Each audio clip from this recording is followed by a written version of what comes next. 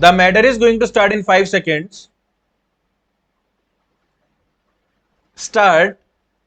With regard to the various policies enunciated in the budget and the taxation and the various incentives offered, I have nothing more to comment on, as the entire subject has been covered by the honorable member, analyzing each and every taxation, the incentives, and the impact of such measures on the entire nation.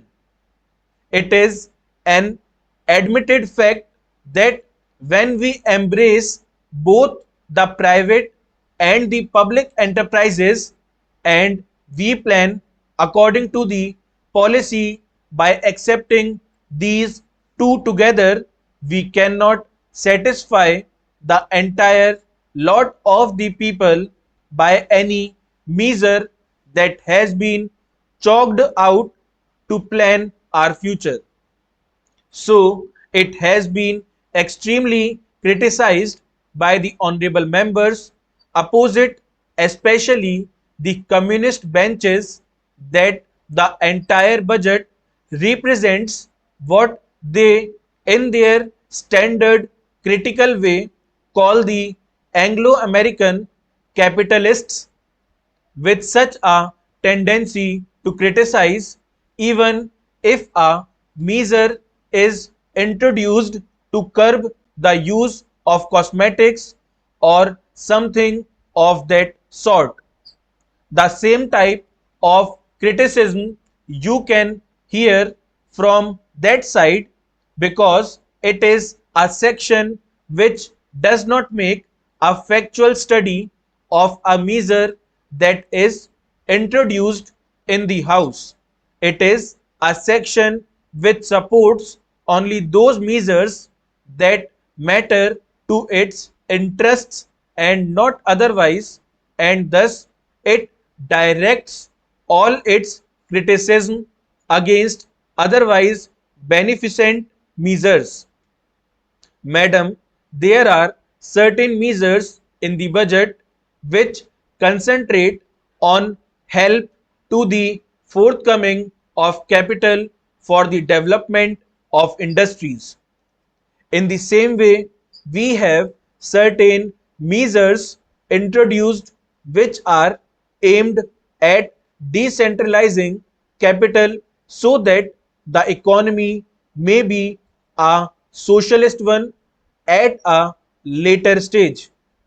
All these are mixed up, and so all of a sudden we may not be able to say that what will be the impact of all measures that are envisaged in the budget. So, Madam, I have again to congratulate the Finance Minister for having chalked out certain policies that are conducive to a socialist economy.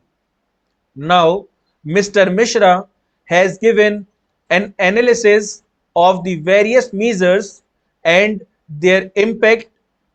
That is his view. But the finance minister has also taken into account the impact that they would have on the nation as a whole after the introduction of these measures. I congratulate the finance minister for his sagacity and foresight in chalking out policies that will be conducive to our economy, the socialist economy, to be established in our country within a short period. Madam, I do not wish to talk much on the taxation and other measures, but I wish to bring to the notice of the Honorable Minister some of the important needs of the country which should be given priority when we consider the working and implementation of the budget that is placed before us.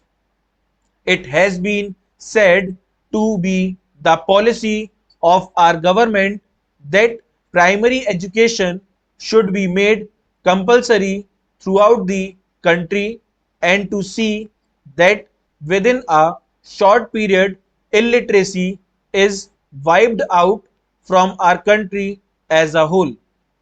Madam, as a result of the great efforts that we had made, we have been seeing that the children of the have-nots are attending schools which are now open to them with all sorts of privileges, but still all the children of the have-nots are not attending the schools because these children are also asked to work for the maintenance of their families.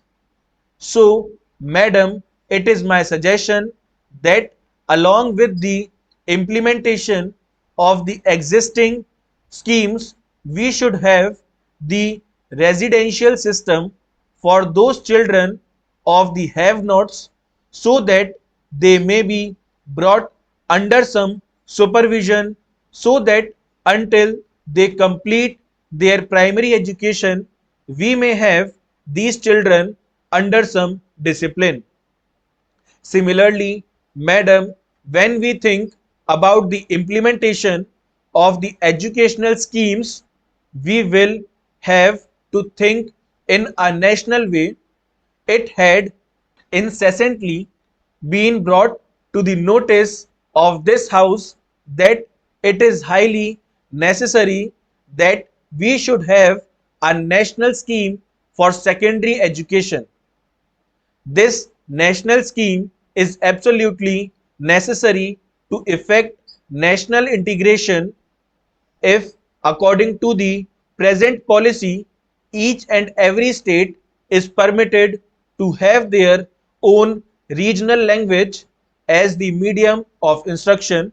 I fear, madam, that at a later stage, the people from the south may not be able to understand what the people of the north say at a joint conference about the various aspects of education with the various changes that have taken place in this country in the matter of education.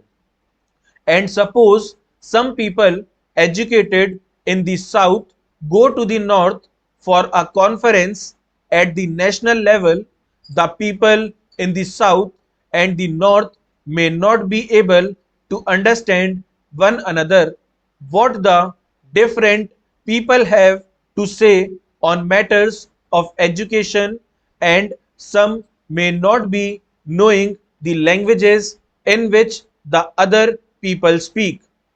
So, madam, it is my contention that there should be one and the same language as the medium of instruction throughout the country. So, I do not say that the present medium of instruction should be continued forever. Full stop.